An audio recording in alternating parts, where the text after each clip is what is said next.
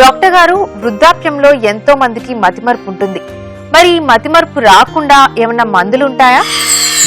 మతిమరుపు రాకుండా మందులు ఇస్తుంటాం, కానీ స్పెసిఫిక్ గా మరి మందు వాడితే ఇంకా రాదు అని లేదండి. వృద్ధాప్యంలో మతిమరుపు కామనం.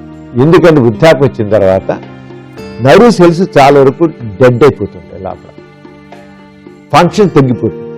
ఎప్పుడైతే బ్రెయిన్ లో నర్వ్ సెల్స్ డ్యామేజ్ అయిపోవడం జరిగినట్లయితే గ్రే మ్యాటర్ తగ్గిపోతుంటే మతిమరుపు వస్తుంది. ఇంకా మామూలుగా హెల్తీగా అంటే వయసులో ఉన్నప్పుడు ఉన్నట్లుగా బ్రెయిన్ లో నాడీ కణాలు ఆరోగ్యంగా ఉండవు, ఒకటి తగ్గిపోతూ ఉంటాయి. చాలా రోజు తగ్గిపోతుండే కల్లా ఇక మతిమరుపు వస్తుంది, డెమెన్షియా అంటాం. ఆ డెమెన్షియా వచ్చి కొంతమందికి చాలా ఎక్కువ వచ్చేస్తుందండి. ఎంతవరకు ఆల్జీమర్స్ డిసీజ్ అంటాం. ఆల్జీమర్స్ టోటల్ గా ఆ లోపల బ్రెయిన్ సెల్స్ అన్ని ఎట్రఫీ ఎండిపోయి ఎంతవరకు అండి ఏదో ఆ గుండె కొట్టుకుంటుంటుంది, గాలి తీసుకుంటారు, తిండి తింటారు, కొద్దిగా అయిపోతుంది. కానీ చివరి భార్యను కూడా గుర్తించారు, నువ్వెవరితో అంటారు. డాడీ నేను అని కూర్చొచ్చాను, నువ్వెవరితో నువ్వు అంటాడు. అంత Alzheimer's disease unable to recognise, అంత మతిమరుపు వచ్చేస్తుంటుంది.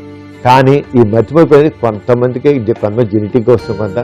కానీ జాగ్రత్తగా ముఖ్యంగా మంచి పళ్ళు పులుచుకుని, నట్స్ తీసుకుని, అలాగే కొద్దిగా మతిమరుపు మొదలయ్యి ఇలా ఉండేట్లయితే విటమిన్స్ బాగా తీసుకోవాలి.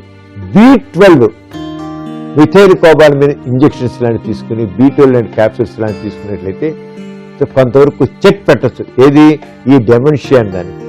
ఇంకో అంతేగాని వయసు రీత్యా వచ్చేటటువంటి మతిమరుపు వ్యాధి దట్ డెమెన్షియా అంటాం.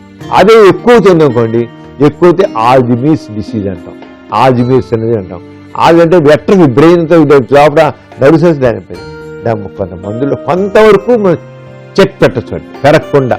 కానీ అందరి విషయంలో కాదు, కొంతమందికి మాత్రం మనం చేయొచ్చు, అది చేసి చూడొచ్చు. డాక్టర్ చూస్తే డాక్టర్ డిసైడ్ చేస్తారు ఎలా ఉంటుంది ఏమిటి. మన మందులు ఉన్నాయి, కొన్ని మందులు ఉన్నాయి లేకపోలా, కానీ మందులు వాడితే తప్పకుండా ఈ మతిమరుపు వ్యాధి పోతుంది అని మనం చెప్పలేం. అది వయసు రీత్యా వచ్చేటువంటి డిఫెక్ట్.